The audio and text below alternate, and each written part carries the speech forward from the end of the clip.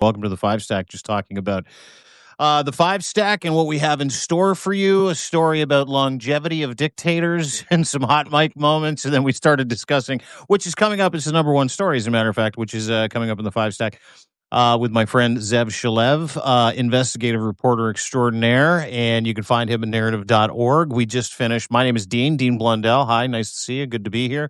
Nice to be met. You can find me at deanblundell.substack.com. Just finished a very, very busy morning advocating for victims of sexual abuse. Epstein's victims were courageous. They showed us the way. It could be them that gets rid of Donald Trump in what is going to go down as a very historic day when it comes to the citizens of America rallying around some incredibly courageous women today that took center stage, Capitol Hill, with Mo Khanna and Thomas Massey, bipartisan, very strange group of people, including Marjorie Taylor Greene, Nancy Mace, Lauren Boebert, and of course 212 Democrats are clamoring to get this discharge petition together so they can get the actual Epstein files. The Trump regime tried to run them today. And they dumped another 33,000 pages of pure bullshit, which, as Congresswoman Lee was like, it's pure bullshit. And then, of course, we have Donald Trump that lost his mind in the Oval Office yet again today over this whole thing, minimizing the victims, telling everybody to turn the page because, well, when you're guilty, why not act like it, right, Mr. Trump? Where do you want to start today, Mr. Schwartz? Well, we're going to do a hodgepodge of things. I think maybe the top 5, 3, and 4 story, 5, 4, 3 will be all about Epstein, and then we'll get into some other stuff at the end of it. We've done 5 hours of broadcasting today. I think it's our 5th hour of broadcasting. Yeah. Well, to be fair, you dumped out of our last Substack Live. I had no choice. I had to get Waj. To bring Waj from the left hook, Wajad Ali, who was, by the way, sensational. I fucking love that guy. He is really, really talented. But it was your guest, and you're like, okay, you take my guest, and I'll see you later. So I don't know where you went for the past 2 hours, but all I've been doing is working. So thank you. Oh, I've just been publishing a chapter on of the greatest heist. Chapter 9 just dropped. It's very, very good. It's very interesting. It deals with the $450 million that Trump got out of nowhere. It just landed on his lap in 1996 after 3 years of bankruptcy. That happens to everybody, Dean. Sure. Really, he was in Hawk $3.2 million, and he landed up just having $450 million in the plus column, which is, nothing happens like that to any normal human being. No one makes $4 billion in just a few years by doing nothing, except it happened for him. And we'll tell you why we think it happened for him. Because the paper trail is very difficult in this. Sure, they don't leave the paper trail. Yeah. They leave, but what I did is I constructed a timeline of various events, and then I asked a lot of AI to analyze the probability that these events happened at the way they did. I used probability to figure out the story, and in each case, gave me like a 99.9% probability that these events happened in this way. So it's a different way of doing the research on these things, but I believe it because I've studied every little nook and cranny of this particular story. And there are lots of foundational details that we have that are able to prove it. But, it's one of those things you have to squint a little to see it because they're just the entire banking records of Donald Trump from pre-2000 have disappeared. They don't exist. You wonder why. Yeah, we don't even know like the Epstein files. Yeah. It's funny. Yeah. Anything that has Donald Trump's stink on it doesn't exist, or you don't need to see it, or it's a Democratic hoax, right? Absolutely. And then the tell here was that there was $450 million just stolen by Jeffrey Epstein from Towers Financial, and that's exactly the amount of money that landed up in the plus column for Donald Trump at the same year. And the same time, they also launched a offshore holding company in Bermuda, having moved Jeffrey's company from New York to Bermuda. So all these things, you add them all up, and there you go. You end up with I'm excited. An interesting narrative. Yeah. I'm looking forward to it. This is a great series. Everybody should go and get into it. It's it's the backstop of everything that we're going to talk about today in the FiveStack. It's the backstop of fascism in the United States, to be quite honest with you. The greatest heist series, narrative.org. Go and subscribe today, friends. Thank you for that. That's nice. Yeah. Now, it was really... Let's start off with the reaction for Donald Trump in the White House today. So while this press conference is going on, we've got 10 Jeffrey Epstein survivors. They're joined by House lawmakers, hundreds of supporters. Hundreds of people showed up for this on the Capitol this morning. This is sometimes, some of these people, it's the first time they've spoken publicly about their deal that they went through. was gripping. It was sad. It was devastating. It was traumatic. It was triggering. It was all these things that you would imagine something like this would happen. It was hopeful and courageous and powerful at the same time as Yeah. well. Yeah. And yet the president of the United States does two things. He runs a parallel press conference right at the same time to drown them out. Mhm. And then he goes on the national TV and he calls what their experiences untrue. He says they're all a hoax. Yep. They're a Democratic Party hoax. They made it up. Yep. And then he flies over 2 fighter jets at the pivotal moment when these survivors are talking about their experiences and talking about the ordeal they'd suffered. He flies over jets so they can be drowned out, from being heard. What kind of person, what kind of insecure, small-minded, Petty. cruel guy does that to people who are expressing their opinions, their views, their experiences for the first time publicly? That's traumatic. I mean, just no matter, speaking about those kind of experiences are traumatic regardless. Doing it in front of hundreds of people on the steps of the Capitol, not an experience any of these people had ever imagined they'd be going through. And yet here they were doing that. And then the guy who's responsible or partially responsible for the network that did this to them is flying fighter jets so they can't be heard. What kind of guy does that? Donald Trump. I mean, if you saw it, it's the one, which is unfortunate. The biggest takeaway from today is that Donald Trump commissioned a couple of fighter jets to buzz the press conference. Mm-hmm.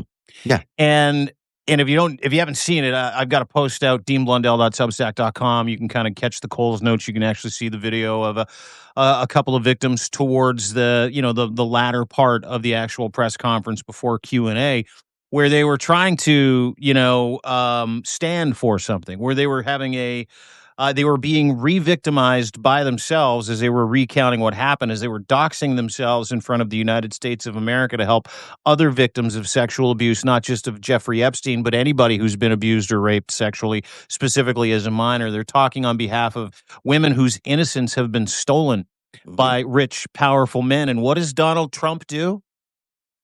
Donald Trump holds a press conference with the Polish president, who's a Trump sycophant, by the way, not the Polish PM, the Polish president, new hard right guy who was like, yeah, I love everything you do. You're the best. And Trump's like, I know.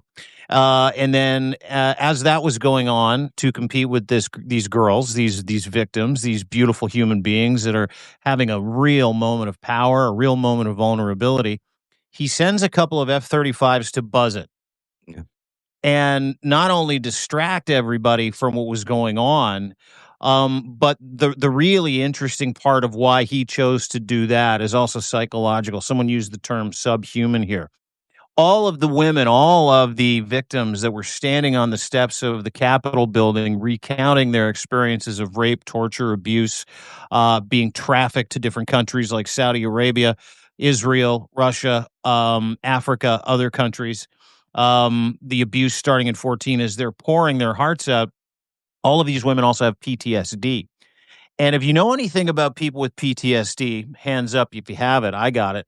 Loud. We're both PTSD people. Oh, yeah. Mega PTSD. Loud fucking noises absolutely drive people like us crazy.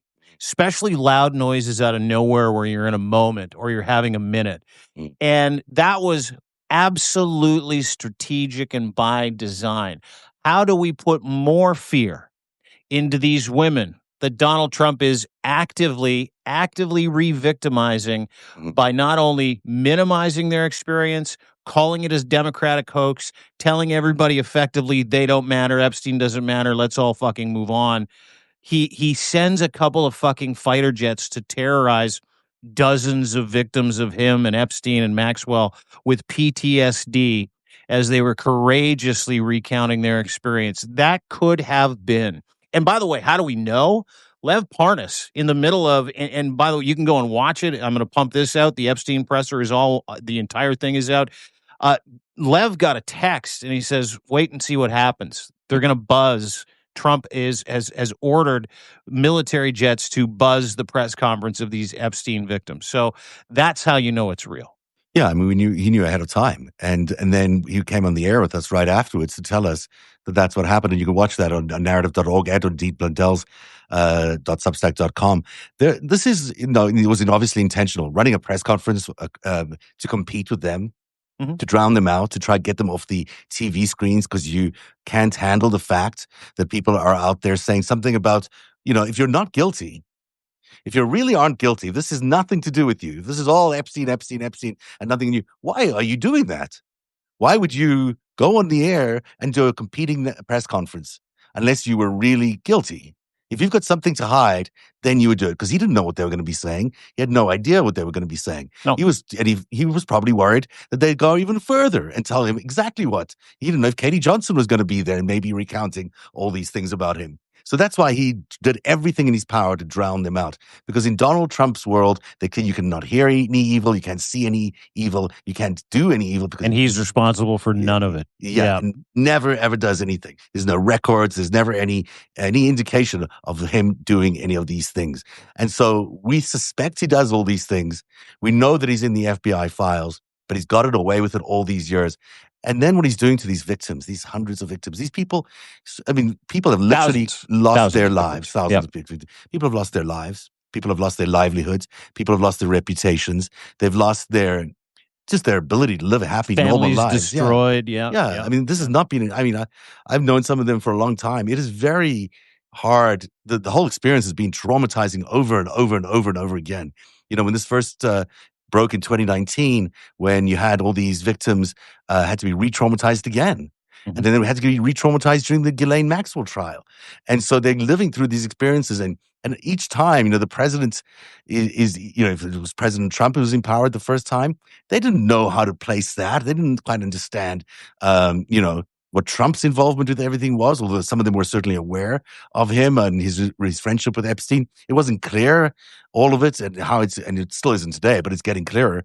So this has been traumatizing all the time, because they have not felt safe and secure in America in the way they should be feeling safe and secure in America for a very long time, since they were teenagers. Yeah. So, and then you've got Congress, which is not even Congress can't unanimously agree that we should know the truth.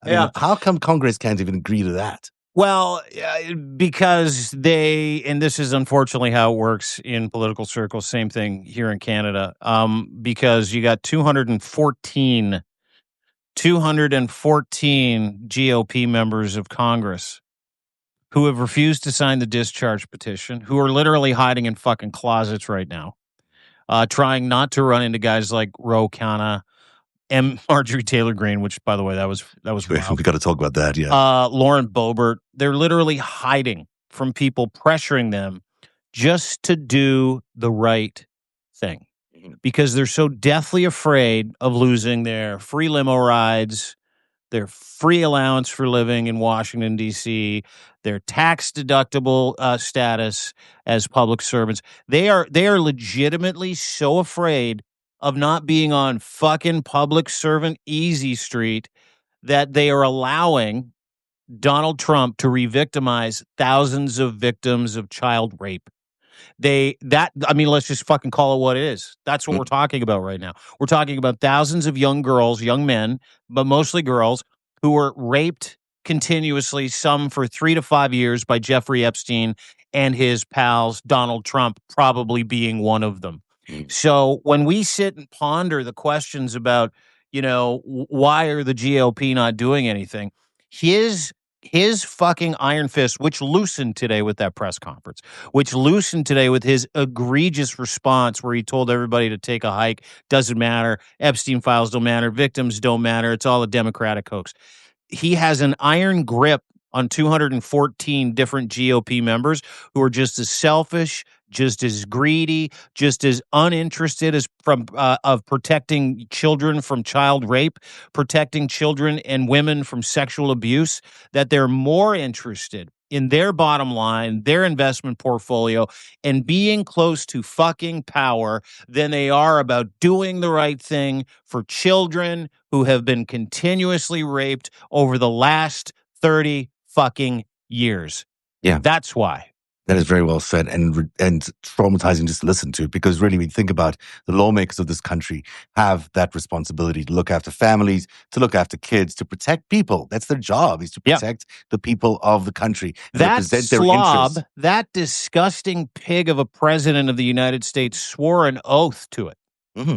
Every one of them senator did. and congressman and congresswoman swore an oath to it. And not only are they fucking breaking that oath, they've just turned around and plugged their nose, closed their ears, closed their eyes, and they're going, hoping it all fucking goes away. It is not going away. What happened today will make sure this is not going away, sir. And you and I both know that. I think so. I hope so. You know, the interesting thing for me, having spent some time covering DC, is the amount of money that's floating around each of these Congress people. You know, each of them has people who invested in their campaigns that are not necessarily on the best side of righteousness.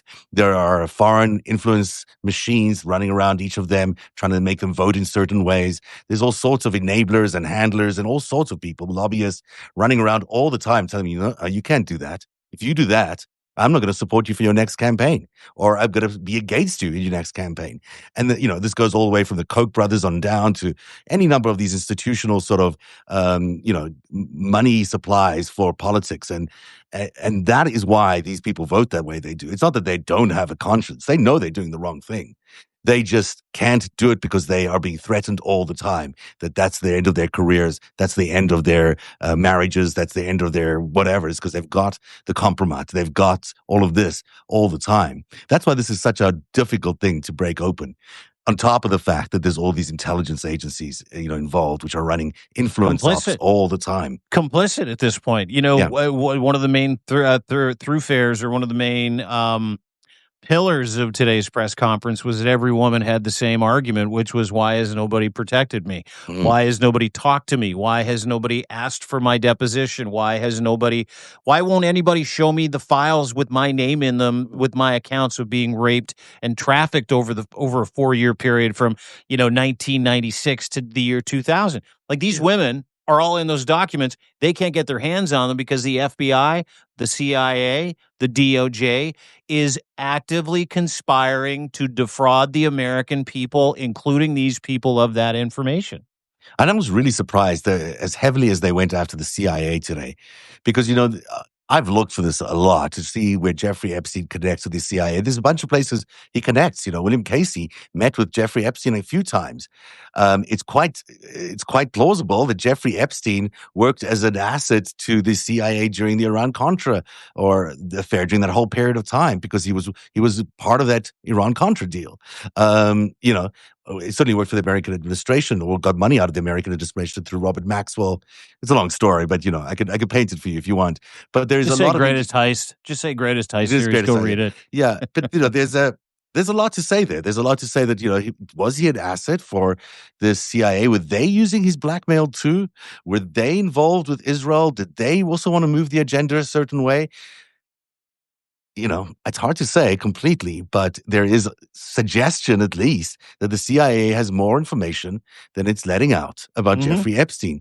And we should know that. Brad Edwards named the CIA as complicit. That's what today. I was so surprised about. Yeah. He actually went after. He did fintech. Fintech, mentioning fintech is so important. This is the organization, the administration that looks after financial crimes. It's part of the Department of Treasury. It tracks all your unusual activities in money. That's how we know that Epstein spent all these billions of dollars transferring funds from Russia and into these other accounts that he had. So we know that because of fintech. But fintech has a lot of detail they're not sharing with us over the years of why so many flagged transactions were never acted upon. We don't know, in fact, internally, whether anything was done to track Epstein or to stop Epstein. Was anything transferred from Epstein to Trump is a big question I have. Well, do you remember Ron Wyden? He was like a couple of months ago. Yeah. He's like, by the way, I have in my possession receipts of 4,725 wire transfers between Epstein, JP Morgan, Chase, Russia, and Trump. Do you remember that? I do remember that. Now, that's been walked back a little bit because they said they were erroneously saying that Epstein transferred money to Trump. But I don't think that's the case. I think Epstein did transfer money to Trump. He just did it through a lot of offshore holdings, which we'll get to when we talk about the story that we just broke on the greatest heist. But the fact is that this is a much larger organization of networks of intelligence agencies, organized criminal organizations, like the Russian mob run by Semyon Mogilevich. In fact, it's interesting that Lev knows Semyon, knows him, because when he was on the other side, on the dark side, Lev was working with Dimitri Furtish, who's close to Semyon Mogilevich. So, and Robert Maxwell was in business with Semyon Mogilevich. And that is, Ghislaine Maxwell's father and the man who created this whole network that Jeffrey Epstein and Ghislaine Maxwell inherited. You can't forget that in your thinking around this. And what we've proven today, or what we're proving, is this long line of how Epstein was involved with Russia, got a lot of money out of Russia, had Russian minders, had Russian operatives around him, but that also this interesting transfer of money that happened alongside Donald Trump really paints a picture for us of two parallel parts of the same operation. On the one hand, you got Trump. On the other hand, you got Epstein. And these things are running side by side. Maybe they don't know that each other exist in the same way or that they're connected all the time. Certainly, I don't know if Trump did. But they were connected. They were doing the same thing. Well, one of the things that happened yesterday, which kind of, lends credence to your incredible reporting and what you're talking about now with these individuals that were discussing Trump, Epstein, espionage, working with foreign interests against the interests of the United States. A MAGA, hardcore MAGA Congresswoman, Anna Paulina Luna. You know who she is? Yeah. Hardcore. She, along with several other GOP members, Nancy Mace video, we talked about it earlier, her running out crying, hyperventilating after meeting with these victims and getting an account of what happened to them. She came out, and I'm going to quote, okay? This is bigger than anyone anticipated. This is a video. You can see it on my notes on Substack. There are some rich and powerful people who need to go to jail. It is very possible Epstein was an intelligence asset working for our adversaries. That is a hardcore, hardline MAGA Congresswoman, Anna Paulina Luna. That is yesterday. That is immediately after walking out of two giant double doors, meeting with Epstein's victims, getting an account and a lay of the land of what the fuck happened to them, who was involved and why. And when she came out, she was white. I mean, you see the video on my note. She just looks stunned, right? She's just had her entire world rocked because this woman has been a massive Trump acolyte, huge mega booster. Also a Kremlin booster, by the way. Huge Kremlin booster. Yeah. Yeah. And she just had her world rocked. So either she's a useful idiot, and some congressmen and women are now starting to kind of clue in, like, I'm being used by the Trump regime and Russia at the moment. Those are that conversations. Is what I think is happening. Well, I just got off the phone with a buddy of mine, and he goes, that Epstein presser rocked some worlds in Congress. Some hardcore MAGAs who are like, oh my God, we're on the wrong side. Yeah. Like some of them are just waking up to that right now. It may be that Donald Trump just recently woke up to it. I'm not, we're talking about this before we got in the air with Lev earlier on, that there is, it may be that Donald Trump has only recently figured out that he has been the tool of the Kremlin. And maybe that it was Putin who told him recently. That's what Lev believes, that he found out recently. And I hope I'm quoting out of school here, but I don't think I am. So it's quite possible that MAGA is finding out how much, we've all known about Russia's control of MAGA for since 650 even. Now, MAGA is finding out what's the truth about their, so-called leader, their so-called cult leader, the man who's, the greatest leader in the world, who he really is. And he's just a shell of a human being that's owned by Russia. It's been that way since the 1990s. And in the greatest heist, we proved that today. He is owned. Every bit of him is owned by Russia. It's not just like, influenced by Russia, maybe whatever. He is owned, and he maybe only found out about it now. To the point where Marjorie Taylor Greene is canvassing Donald Trump daily just to meet with these victims, and he's refusing to. He doesn't even placate optics at this point, which is his fucking favorite thing to do, right? Yeah. He is trying to stay as far away from this as he can because it ain't just him. The architects of this are his masters in Russia, to your point. It is truly today was a historic day. And I think to your point, if he's just been clued in, and I know Lev said that the other day where he's like, Donald Trump just kind of found out recently that he's been played for the past 40 years by maybe he's Vladimir been Putin. reading The Greatest Heist. Thanks for the But it subscription. stands to reason a fucking idiot that dumb, Yeah. right, would go, wait a second, I'm not his friend. I'm not his But friend. He was just using me. I got honeypotted. What? Like all the things that he's seeing, and he can't make any sense of it. Then he realizes that he's the main character in the entire thing. Yeah, and he's been the joke all along. And the reason they went after him is because he was so unintelligent. Remember, I spoke to Yuri Shvets and said, this is, the MICE index, the money, intelligence, what is it, compromise, and then ego.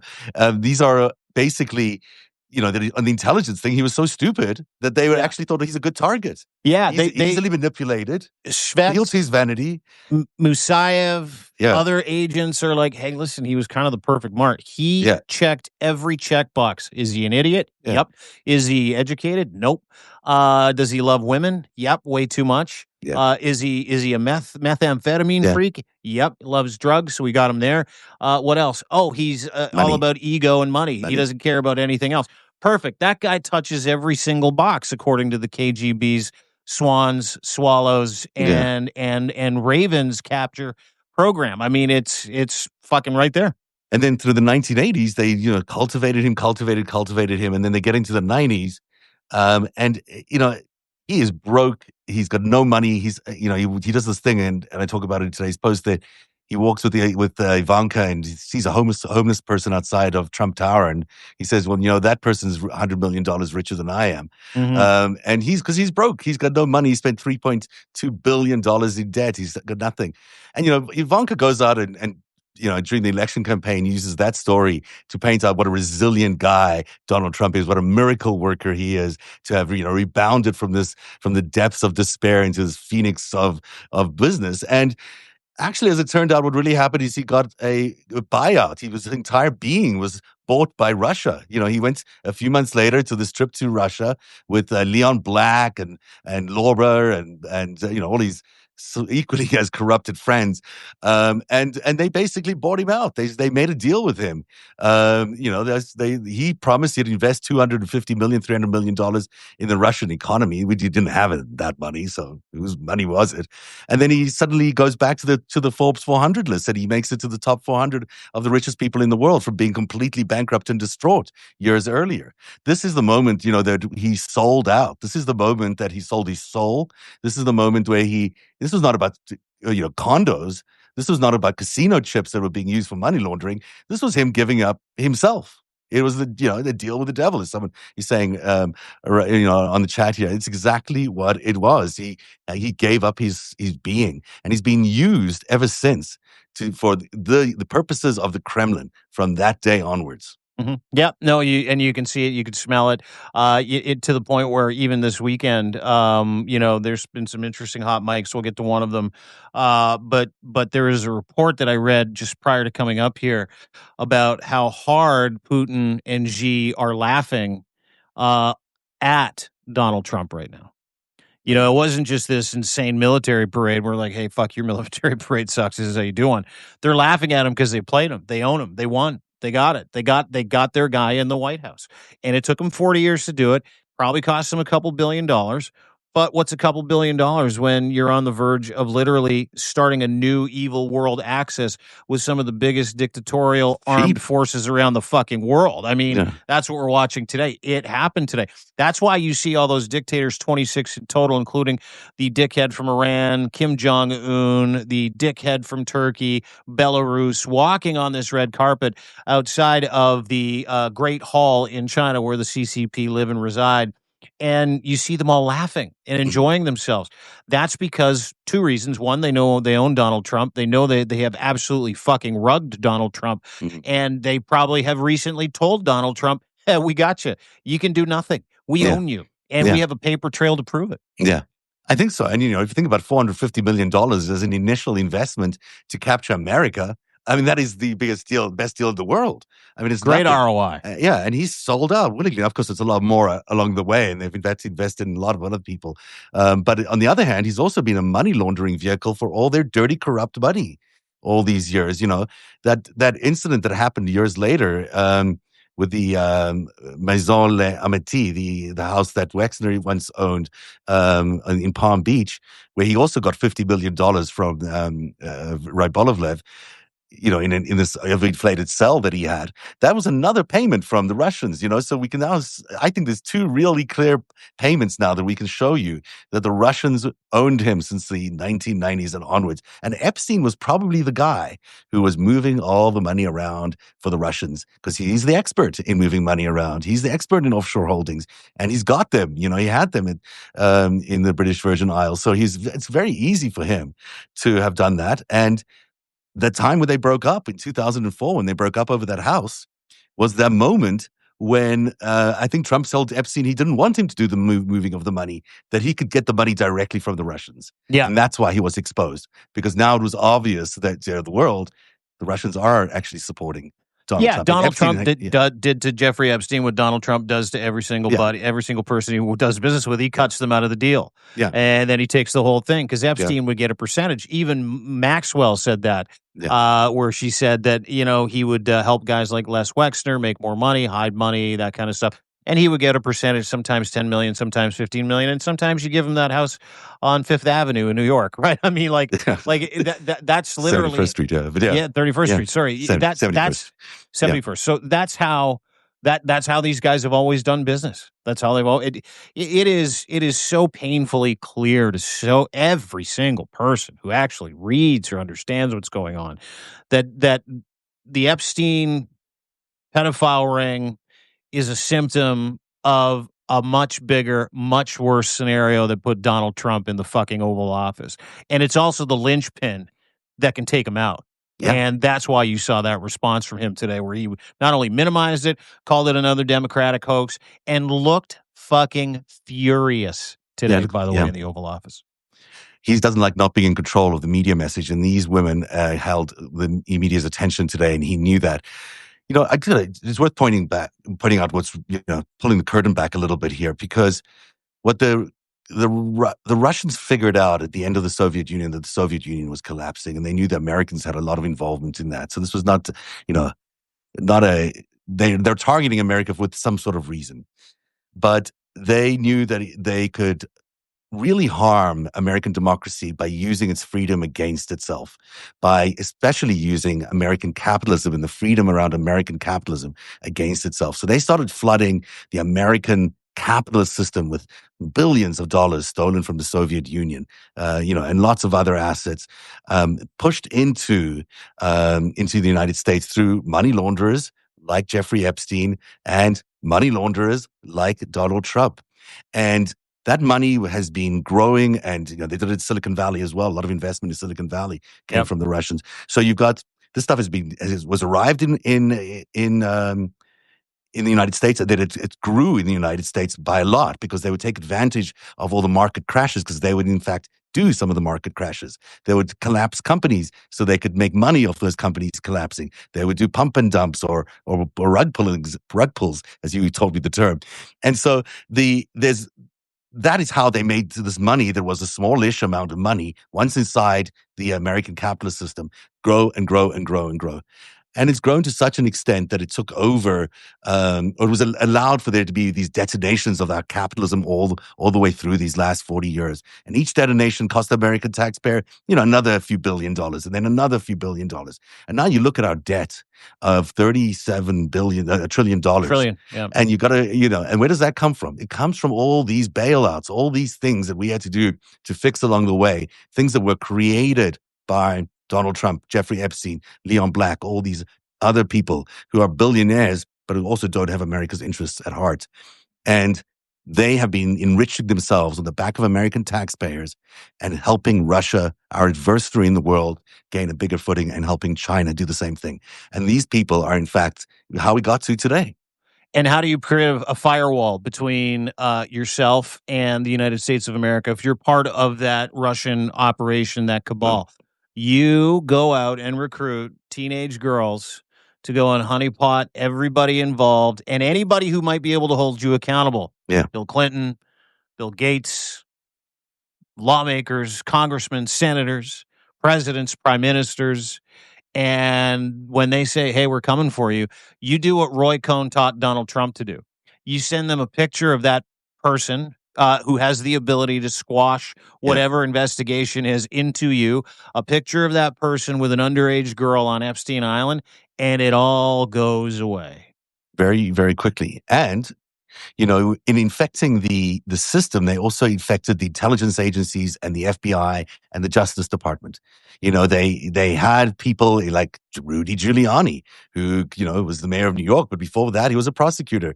And throughout the entire system, they've had people grow inside of the intelligence and the law enforcement sector of America, and that is what became the deep state. These Russian beholden or foreign adversary beholden people inside the intelligence communities. That is what became the deep state. And the deep state has grown and grown and grown and grown. And that deep state now is in the White House. That is ultimately what is the real deep state. The real threat to this country that came from the deep state is that deep state. It's amazing how much projection there is with the Trump regime and Trump himself, whether it's like going after child pedophile, like pedophile trafficking rings, and we'll release the Epstein files, and turning that into an election promise that actually helped him win the White House, and then saying, no, we're not doing that. Or we're going after the fucking deep state, everybody. It's the deep state. They're never Trumpers. Well, it's not the deep state. You're the fucking deep state. Every time I turn around and that guy makes an accusation against anybody, and I saw Pete Nutsack do it today, where he's like, we're probably going to have to go to Baltimore and Chicago because they've got dysfunctional leadership. I'm like, holy fuck. The projection around these dickheads is nuclear. Yeah. Well, I think it's Alexander Dugin, Putin's brain, who you use the expression that you accuse the other side of what you're guilty of. That's the first thing you do. And that's how you deflect. That's how you get everyone else to pay attention to the other side. They did that with the Democrats throughout this Epstein crisis or this Epstein scandal. They do it with everything. It was them. It was them. Those guys. It was them the whole time. That's them, the deep state, but it's not. You're the deep state. And I think that's how we got to this really, critical point where Russia and China have America at its knees. Right now, America is so weakened in the world stage. We should do the other two stories because they sort of speak to this, but they're so weakened on the world stage that they're barely even functioning as a world superpower anymore. We do not have the capacity to have our own foreign policy. We don't have the capacity to have our own executive branch. Our entire data system, our data has been stolen. The operating system of our government has been replaced by an operating system that was created by Elon Musk and Doge out of Russia. This is how dire the situation is. That's why we have people like Kennedy running the CDC and the health department, because that's what Russia wants for America. They want complete destruction of the state. Oh, they let me tell you something. Russia's watching what's going on in the United States, dying laughing, high-fiving each other every day. Mm-hmm. Putin wakes up, puts a pep in his step, totally took over the United States. Every time he sees Trump send the military into a different state, every time he sees victims of the Epstein files, every time he sees Trump get angry, every time he sees unrest, every time he sees anger, anytime he sees chaos, he's high-fiving guys, drinking tea, going, I did that. I did that. I did all that. And you can see it. You can see it in his smile. You can absolutely. See the way he looks so happy. Yeah. And you cannot understate what happened in Beijing this weekend. Yeah. You can't understate it. What happened today, yesterday, the day before that. The Great Dictator Conference of 2025. 26 world leaders, some dictators, some not, some pretending there aren't, but they are, like Modi, Narendra Modi. He's absolutely a piece of shit dictator. He's a theocratic dictator. And what I watched was this free and easy attitude from hateful states that have spent decades and generations hating each other, warring with each other. China and India, bury the hatchet, shake hands, everything's cool. We're pals now. We're going to bury the hatchet. I watched China gloating, saying, hey, we're bringing everybody together so the world can have stability. They're the ones creating the instability, but they're now telling everybody we're going to create stability. Putin then mocking Donald Trump today, mocking him, basically saying, yeah, you know what? Whatever. He'll just do whatever we decide to do as a group. And then you have Donald Trump literally saying he really appreciated watching the parade after he put out a tweet, said it was majestic, thought it was beautiful. A bunch of dictators getting together from DC. He wasn't even invited. I know he wasn't invited, but he said it looked great. It looked cool. He thought it was awesome. And then he's like, but they're conspiring against the United States of America. Listen, all of these things are possible where you've got warring, hateful nations suddenly best of friends burying 200, 300, 400-year-long hatchets. Yeah. Because the world police does not exist anymore, because Donald Trump has given up America's position as the deterrence in the world for people to do dumb shit like try to assassinate the president of the fucking EU while she's in the air, or a German general named Carsten Brewer. Those things wouldn't have happened last year. They've never happened before. They will continue to happen at an increased rate because Donald Trump has destroyed global security by being an incompetent fuck, by being a compromised asshole. And they know that vacuum exists, and they are rushing into it. They're doing everything they can. Taiwan will be up for grabs. Greenland is up for grabs. If you fucking believe it or not, Canada's up for grabs, because Trump has isolated the United States from so many different world skirmishes and interests that those guys are now in charge. America is no longer the leader of the free world. Those guys are. He's not only isolating us, he's selling us out. He's selling out the American people. He's selling out the people of the world. I mean, this guy is so awful. He's selling out the rights and freedoms of every single person in North America right now. And he doesn't care that he's doing that. And he doesn't care that he's doing that to the aspirations of all the other people in the world who want to be just like America. For him, it's all about the money. It's all about how much money he can make by, redoing Gaza as a Trump resort. I mean, how gross and disgusting are you going to turn the site of a genocide into a Trump-branded resort, crypto hotel? Yeah, I mean, it's they're making $5 billion in the last few weeks over crypto. I mean, the whole thing is just so sickening. It's so disgusting because really, it's not a lot of money for Putin or Xi. It's like, it's chump change. It's not a problem at all. Throw him another billion or two. Who cares? He's destroying America. He's destroying freedom. He's destroying the rights of everybody in the world. And America is still, to some extent, believing that what he's doing is good for America. Nothing he's doing is good for America. Just dumb Americans, dude. I don't know. There's a lot of people in the suburbs, I think, who are just like, I'm not going to look at this. It's going to go away.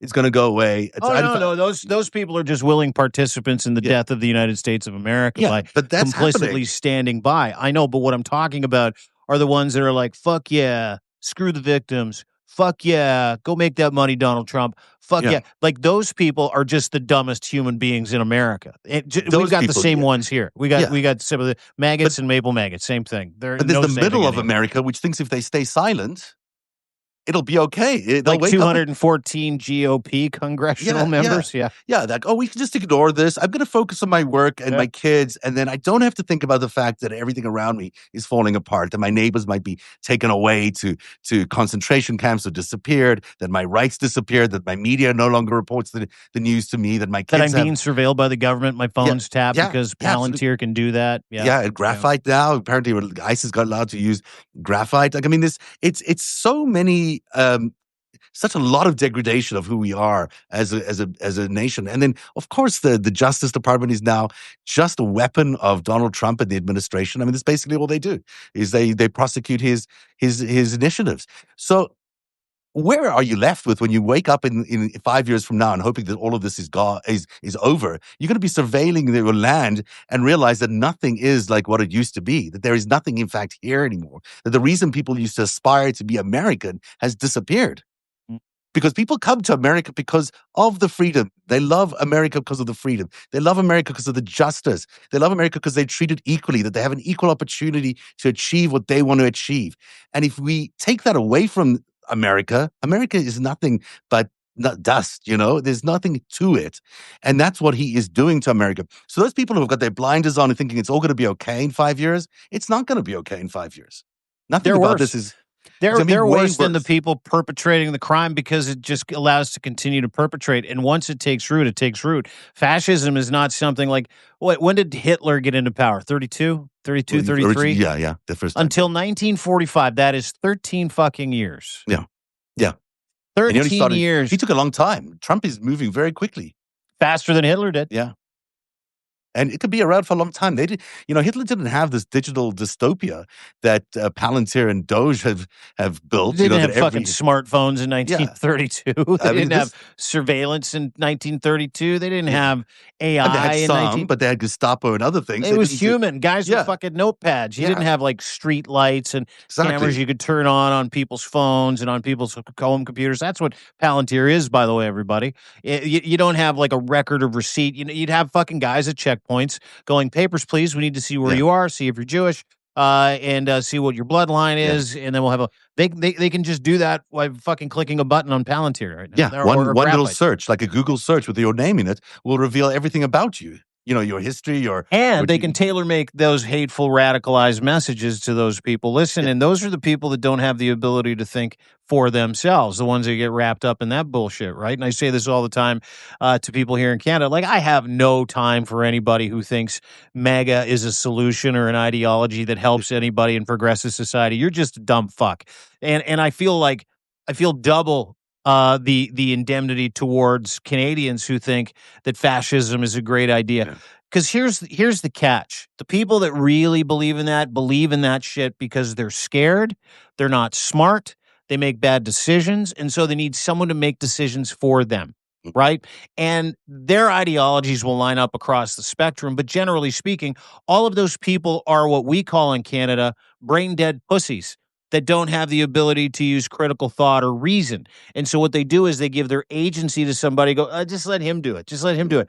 And now you have a bunch of those people going, okay, yeah, we're getting close to the line. I'm just going to put my head down to your point. I'm going to pretend this doesn't exist. And hopefully in 5 years, I'll put my head up and everything in America will go back to normal. It ain't going back to normal in the United States of America. The world is not going back to normal. No. What ends this is a world war, as we've discussed before. That's where we're heading, unless something dramatic changes.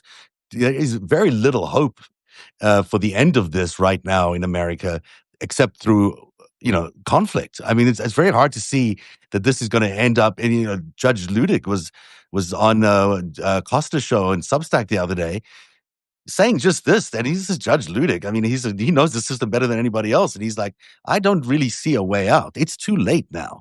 Yeah. He said that's today. He said tomorrow it might be different, but tomorrow, for that awakening to happen, for Americans to suddenly go from the sleepwalking that they're doing right now into this horrific autocracy that we're heading into, they need to wake up, and that wake up needs to be quick and now. And so maybe this Epstein press conference today is one of those things that can actually wake people up, because they might maybe it strikes a different chord. They might look at their kids at night and say, God, those kids were stolen at 16 to go and commit these horrendous crimes with these rich, wealthy, disgusting people in order to compromise our entire system. And they're teenage kids from, high school kids taken away 13, from them. 14, 15, 16. Yeah. Their whole futures taken away from them. Their lives taken away from them by living this traumatic life that they had to live. Also, these people could get rich, so these people get even richer than they were because they needed more billions, even though they didn't know how to spend the billions they already had. I mean, that's sort of the crazy, disgusting look at what this world has become under this regime and its predecessor and how it got here. So people, if they could just connect this to their own existences, look at their family, look at the children you have, you would know that this is just a horror show, that the people running America right now are the worst of the worst people. And that's not going to get better unless we get rid of them. Mm-hmm. Yeah, I think that's a great way to put it. MAGA is just a party for criminals, fascists, and pedophiles. They're a protection ring for the worst people in the world, their friends and their donors. And some of those friends are foreign. Some of those friends are adversaries, and they will do everything they can to protect them because they don't have power without them. There's an old saying is you can stand on the shoulders of giants and call yourself tall, but you're still fucking not. Right? That's what MAGA is. They're standing on the shoulders of foreign powers, criminals, entities, billions of dollars. They're standing on the shoulders of victims of pedophilia that in a ring that lasted for 30 years. Some girls as young as 13, and they'd age out. Epstein would get rid of them at 17, saying they're too old, and he just throw them out. I mean, that's who he's standing on. That's how he has accumulated power through all of these other things and other people. And the only thing that seems to be able to pierce that veil are these victims. It is Jeffrey Epstein. It is pedophilia. It is child trafficking. It is human trafficking that Donald Trump is desperately, desperately trying to cover up. And I watched 12 to 15 women surrounded by another, maybe 100 victims of Jeffrey Epstein, family members of victims of Jeffrey Epstein, some who have passed, some who just couldn't do today's press conference, so their family showed up. Literally send a Scud missile into the side of this criminal organization that is running the United States, known as the Trump regime. And this is the one thing we all need to keep doing. We all need to keep asking the same question. Is this a hoax?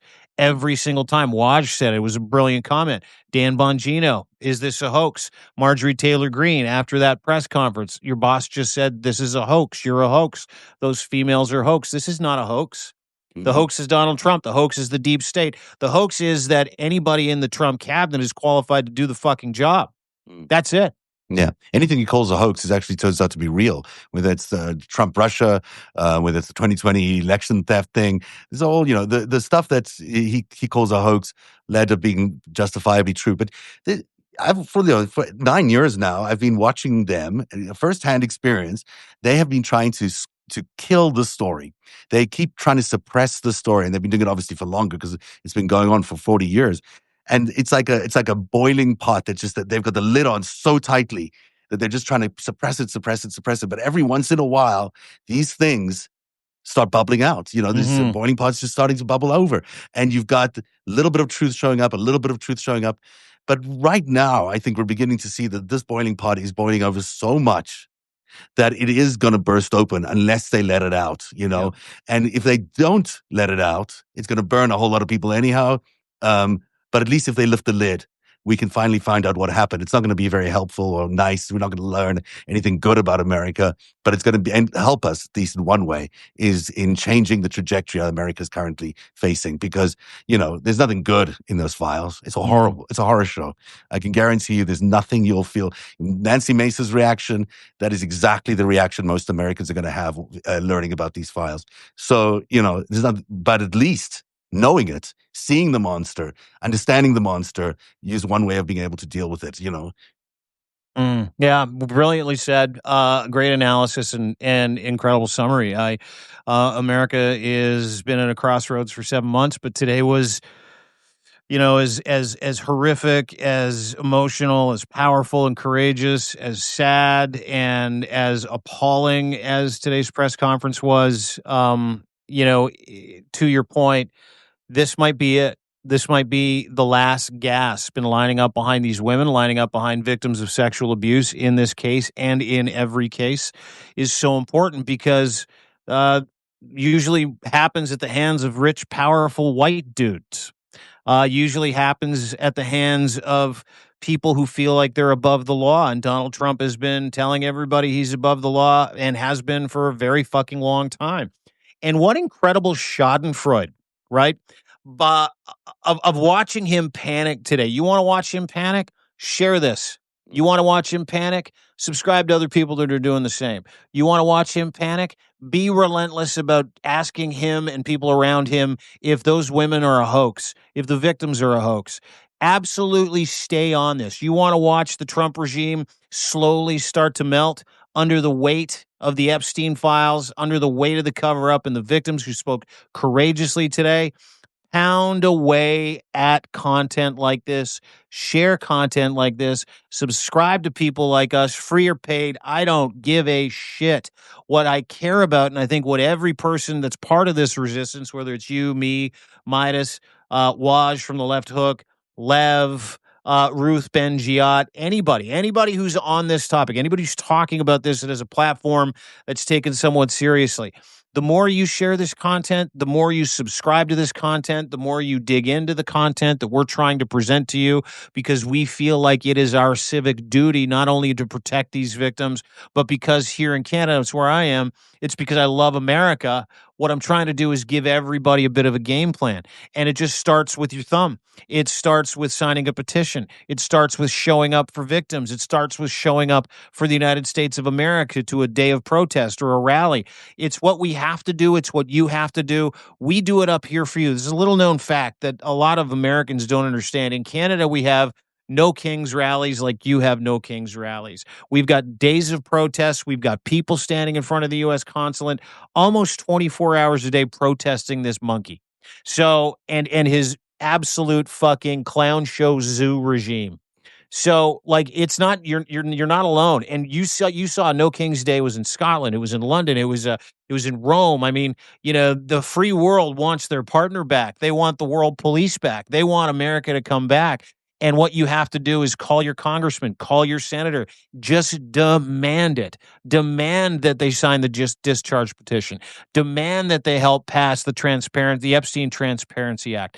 Demand that the president of the United States sit down with these women and hear from them, maybe not for the first time, if you know what I'm saying, but hear from them and actually take an interest in getting to the bottom of the biggest fucking cover up and scandal in the United States' history.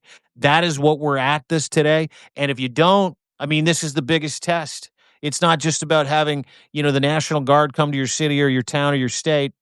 This is about Donald Trump thinking he is fucking invincible because you couldn't even capture him on something where he is fucking red-handed, blood on his hands, completely fucking guilty because he's acting like it. He is covering up for years of rape and sexual abuse. He is hiding from it. He is lying about it. He is minimizing and victimizing these women again.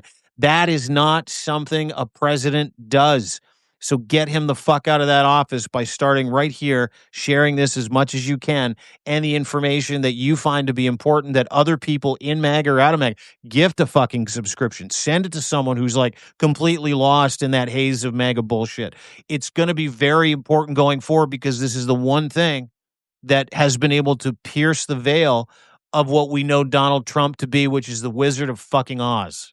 Yeah, that's so well said. Really, really well said. Dean, maybe there's something really interesting about the fact that he scrambled the Air Force to disrupt this press conference today. That's how panicked he is, that he needed the Air Force up in the sky to disrupt these people. These women on the ground having their say. He needed to call in the Air Force. Pants. According to Lev, he is losing his mind right now. And, I got to just say one thing about, we started the show, 5 months ago, 6 months? I don't know. It's not been a long time. Yeah, it's new. Or maybe, yeah. And every day we come in here and we are trying to tell somebody what we do. We really are narrating the story, and you are narrating the story of America so well. And maybe it's because you're in a perch in Canada that gives you that sort of perspective, that gives you a different kind of view of what America is going through right now. And you're living in as am I, in Canada, where there's this normalcy going on, and yet you're looking at this growing threat south of the border. And your ability to capture all of this is remarkable. I got to say, whether it's in your posts on deepbloodell.substack.com or here on FiveStack, it's so great to hear your real-time descriptions of what is going on, your real-time analysis and reporting on what is going on. And you might not call yourself a journalist, but you certainly are doing the narration part of that very, very beautifully. So I would call you a journalist 100%. Please don't. Just for legal reasons, he's not a journalist. But I'm a muckraker. I'm interested in corruption. I'm interested in the values and the virtues that make me who I am, and I don't find any of them in the Trump regime. I think you tell the truth. I think you protect people when they need it. I think you give your privilege to those who don't have it. And I think that that's one of the most important things to do in the world. I'm fortunate enough that I can communicate. I'm just trying to keep up with you at this point. To be able to do this with. No, but to be able to do this with you and like a steady hand on the wheel and the rudder, and someone with your history as an investigative reporter and producer, big time, by the way, big time producer, someone who has been following this for 9, 10 years, it's easy for me to fill in some blanks with someone who's a pro like you. I would encourage everybody to go to narrative.org, get a subscription to Zev's narrative.org greatest heist series. It is must read. It's been my education. I'm just I was just about to standing on the just do shoulders of your giants. thing, and now you're doing my thing. You turned my whole thing around. Well, That's how here, good I'll you do are. my thing. I'll do my thing. Zev's over there. I still have 50% off for the rest of the summer. Yeah. Sorry, the rest of September as well. Founding memberships pay once. Annual memberships pay once a year, but you lock it in at 50% off. Same thing with the founding memberships, but you only pay once. And then, of course, we got the monthly again, 50% off. I've been motivated to make sure that we keep people in the community and we continue to build this community. And we give people access to conversations, chats, Q&As, which are coming, I believe, next week. Some exclusive Q&As, exclusive paid content for folks. It's been an incredible runway for me, but it's also been an incredible education working with people like you, catching up with guys like Waj from the Left Hook today, Lev, Parnas. I gotta say, Lev, I just gotta say, all these he's guys awesome. went out of their way to help us the coverage today, and for good reasons, not just to help us. They wanted to help them the message out, get the message out. A couple of people that didn't make it on was Nick and Ellie, and we're gonna figure that out. We'll figure out a time to do something that's special with them. But also, I just want to thank Lev and Waj for joining our coverage and helping us get this Epstein message out today. It was these guys are. I mean, Lev to me is a. We're talking today about his history in the mob. Basically, he was a mob guy. Yeah. Running at the top ranks of the Russian mob. He knows these guys personally, and for him to be the guy who's railing against them on a daily basis on Substack is phenomenal. It is unbelievable to think the courage that takes. Ballsy. They know his number. They know where he lives. They know who he is. They know, and yet he does it, and yet he does it, which takes enormous courage, because he really does know where some of the bodies are buried, and he really does know what's going on inside the administration, and that takes enormous courage. Maybe literally. Yeah, no, I think literally, dude. He grew up as a mobster. He was a hustler. That's what he said. That's how guys from Odessa. And to your point, yes, I mean, I wax about my boy Lev all the time. Yeah. But there is no better surprise that I've had in terms of friendship, professional or personal, than Mr. Lev Parnas. So, make sure you follow him. And thank you to Lev. Thank you to Waj. Thank you to everybody that made today possible. You can go to both our Substacks. You can check out the entire press conference, which we carried. I put up a post about that. It's also over at narrative.org. You can get it at Dean Blundell. You can get the Coles notes, the Trump response, some of the more interesting moments from the press conference, and, of course, Trump's rebuttal, trying to tell these women to take a hike and they don't matter anymore, which is effectively what he said. On my Substack as well, deanblundell.substack.com. I know Lev just put out a great piece about this. I know you've got some stuff coming, including your greatest heist series. Anyway, it's just a great time for you to get involved with us, connect with us, go and subscribe, share, do what you can. Paid is awesome, keeps us going, keeps us moving forward, and it also helps make this our day jobs. Right? Yeah. Don't you people want this to be our day jobs? I think you do. I think you want, because I'd like it to be my day job. It's a good day job. It is my day job. Yeah. It is a great day job. I can't actually believe I say those words these days, but it is our day job.